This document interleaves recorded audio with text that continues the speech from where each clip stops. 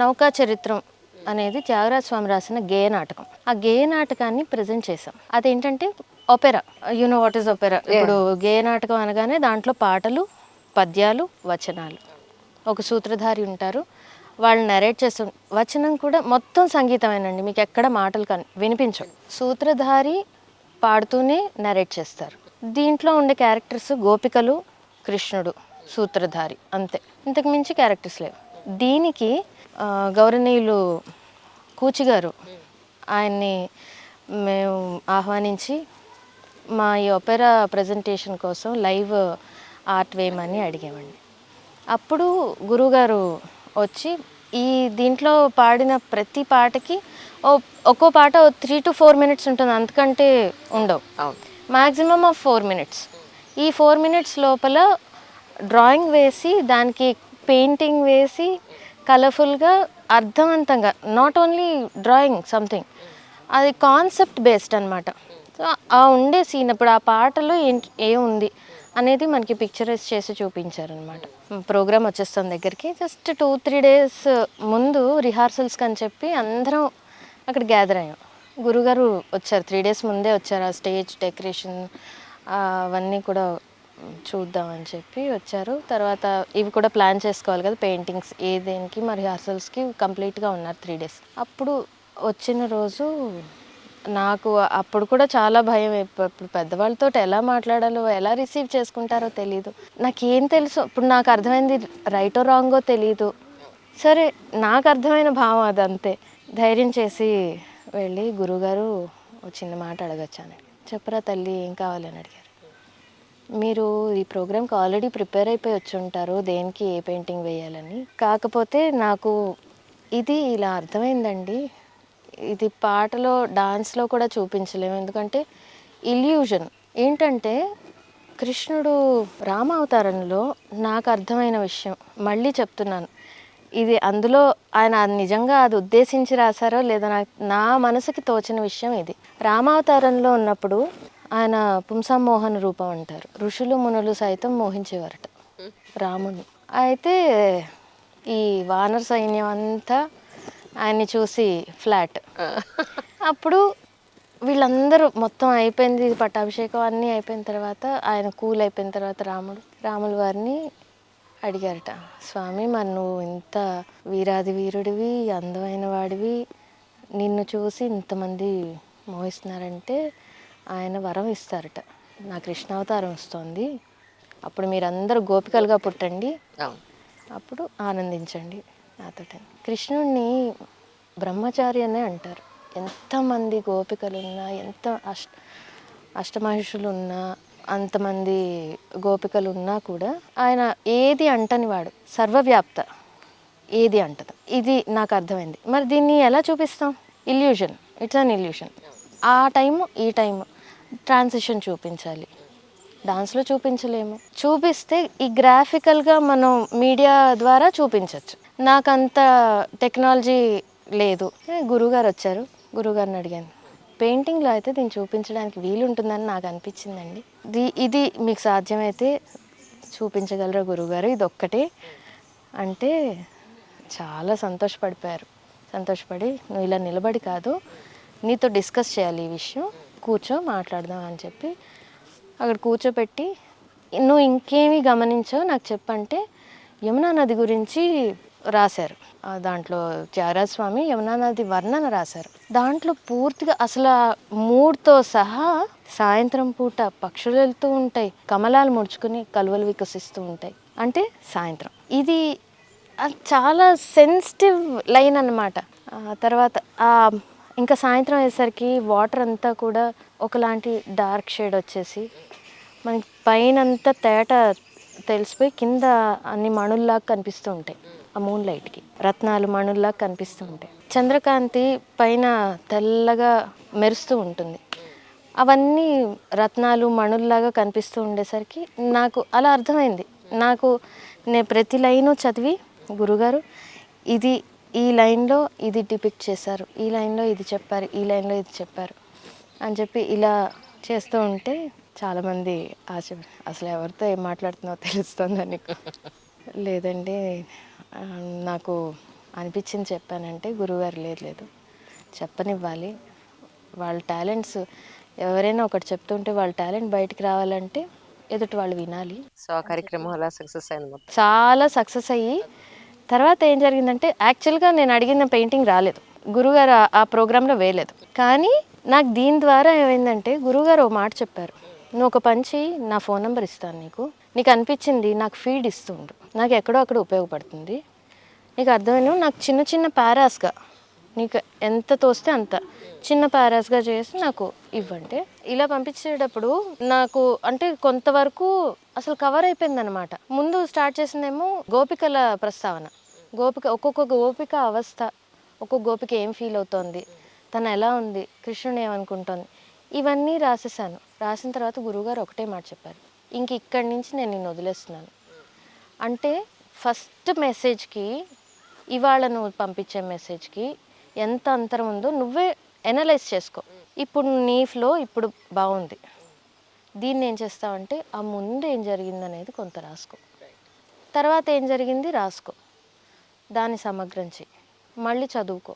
అలా పూర్తిగా నాకు అర్థమైంది నా మాటల్లో నా భావంగా కాగితం మీద అక్షర రూపంలో పెట్టే అవకాశం అంటే ఆ చేయూత గురుగారు ఇచ్చారు, కోచి గారు. కానీ ఇప్పుడు పిల్లలు పాపం ఇప్పుడే భోజనం చేశారు, వాళ్ళు నిద్ర వచ్చేస్తుంది, వాళ్ళ టాలెంట్ చూసేద్దాం ఫస్ట్ అయితే. సో వాళ్ళ చేత మీరు ఏం పాడిస్తారు ఏంటనేది, ఎందుకంటే పిల్లల్లో ఇంత టాలెంట్ ఉండి 10 మందికి తెలియజేయాల్సిన బాధ్యత నాది కూడా ఉంది కాబట్టి యాజ్ అ జర్నలిస్ట్ గా. సో ఒకసారి మా వారు కొమండూరు వెంకటకృష్ణ గారు ట్యూన్ చేసిన పాట, మా తోటికోడలు వాళ్ళ నాన్నగారు మా పెదనాన్నగారు కണ്ണన్ గారు, కోయిల్ కందాడై కണ്ണన్ గారు, ఆయన రాసింది, రచన అయింది. గిరిధర గోపాల గోవర్ధనోదార మురళి మనోహర మాముద్దు గోపాల గిరిధర గోపాల గోవర్ధనోదార.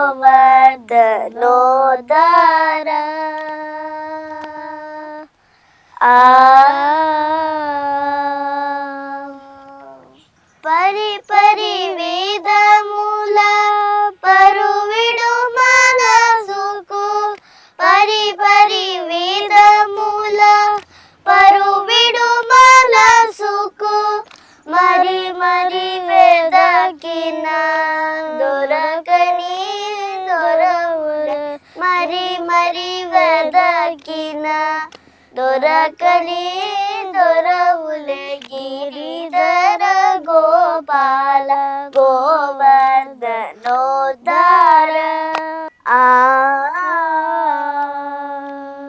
ఒకరిని చరణుంచి ఒకరిని భ్రమముంచి సకల జగములు నీలోననే ఉంచి, ఒకరిని చరణుంచి ఒకరిని భ్రమముంచి సకల జగములు నీలోననే ఉంచి, లోకములేలుచు లీలలు చూపే ఉమా, లోకములేలుచు లీలలు చూపే ఉమా, కబరికను విందు చేయుమా గోపాల, ఒక పరికను విందు చేయుమా గోపాల గిరిధర గోపాల గోవర్ధనోదార.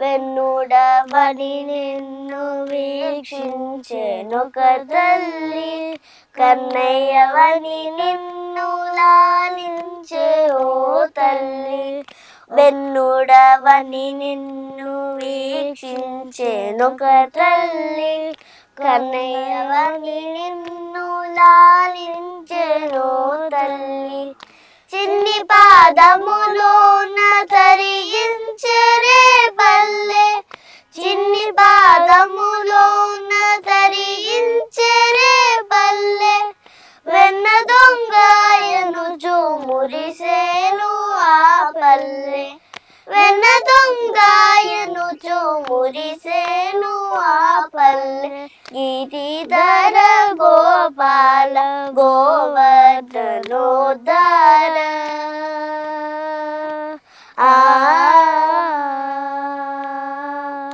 కావితార్థము తీర్చు కళ్యాణ శోభకులతో కాంతలేడదను చేర వెంకటరమణుడవై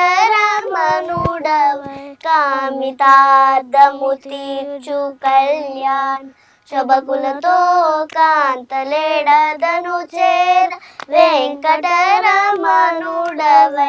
కొండలేడింటిపై కొలువైతివా స్వామి కొండలేడింటిపై కొలువైతివా స్వామి కోరి భజింతు నిన్ను గోవింద గోవింద కోరి భజింతు నిన్ను గోవింద గోవింద గిరిధర గోపాల గోవర్ధనోద్ధార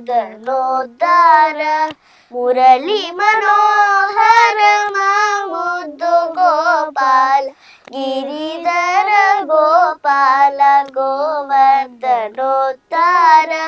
మురళి మనోహర మా ముద్దు గోపాల గిరిధర గోపాల గోవర్ధనోద్ధార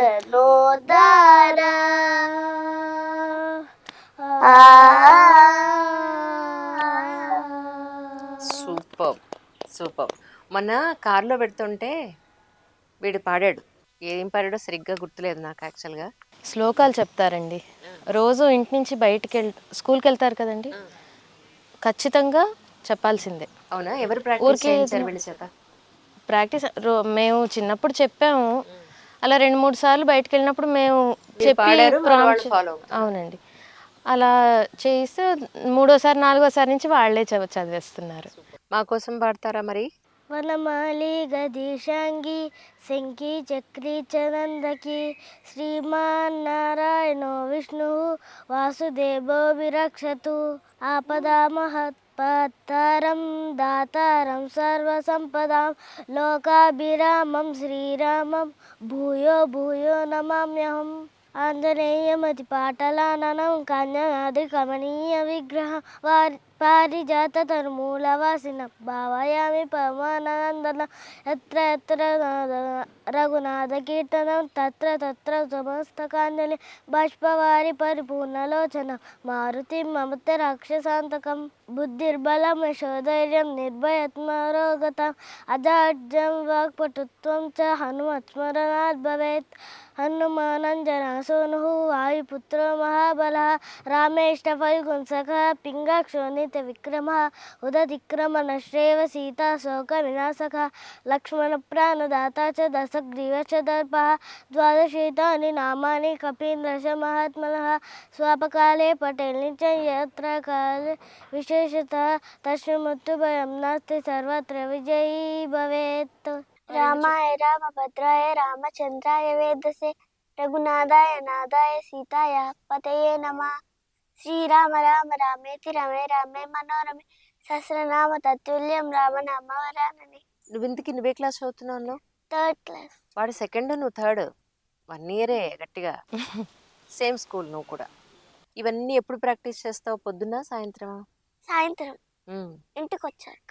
సరే మరి నువ్వు డాన్స్ ఎవరి దగ్గర నేర్చుకుంటున్నావు? ఏం నాట్యం నేర్చుకుంటున్నావు? మాకు ఒకసారి చెప్పు. మా డాన్స్ మేడం పేరు వరలక్ష్మి మేడం. నేను భరతనాట్యం నేర్చుకుంటున్నా. సూపర్. ఎన్ని రోజుల నుంచి నేర్చుకుంటున్నావు? 1 ఇయర్ నుంచి. సూపర్. మరి మా కోసం చిన్న చూపిస్తావు? ఈ పిల్లల్ని ఇంట్రడ్యూస్ చేయడానికి ముఖ్య కారణం ఒకటేనండి, మనం ప్రతిరోజు స్కూల్స్కి ఇంత చిన్న ఏజ్ నుంచే మనం స్కూళ్ళకి పంపిస్తున్నాము, ట్యూషన్స్కి పంపిస్తున్నాము. బాగా చదువుకోవాలి, పెద్ద పెద్ద ఉద్యోగాలు చేయాలి, ఎంతో డబ్బులు సంపాదించాలనే ఈ రేస్లో పడి వాళ్ళకి మనం మన సంస్కృతి సాంప్రదాయాలు లేదు అని అంటే ఇలాంటి ఒక నాట్యము సంగీతము ఏదో ఒకటి వాళ్ళకి నేర్పించే ప్రయత్నంలో మనం కొంచెం విఫలం అవుతున్నామేమో అనిపించింది. అందుకే ఇలాంటివి కన్నా చూశాక మనలాంటి వాళ్ళం మారుతామేమో అని ఒక చిన్న ఆశ అంతే. ఏమైనప్పటికీ కొమండూరు ఫ్యామిలీకి నిజంగా చాలా రుణపడి ఉన్నాం. Thank you so much once again. అలాగే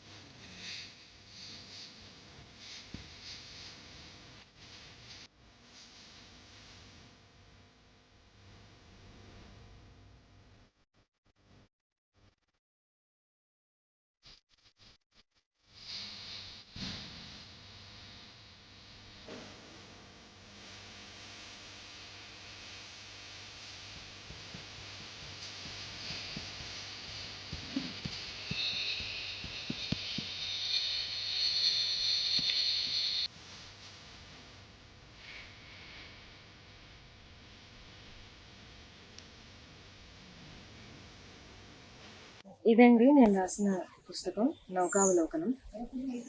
ఇది త్యాగరాజ స్వామి నౌకా చరిత్రం అన్న గేయ నాటకం ఆధారంగా రాసింది. అయితే గేయ నాటకంలో ఉన్న పాత్రలు కృష్ణుడు, గోపికలు, నౌక. నా పుస్తకంలో నేను నౌకకి జీవం ఇచ్చి నౌకే మొత్తం కథ అంతా నరేట్ చేస్తుంది. నౌక పాయింట్ ఆఫ్ వ్యూలో పూర్తి కథనం త్యాగరాజ స్వామి హృదయావిష్కరణ అని చెప్పి నేను రాశాను. అది ఎంతవరకు సాధ్యమైందో మీరంతా తప్పకుండా చదివి చెప్పి నన్ను ఆశీర్వదించాల్సింది.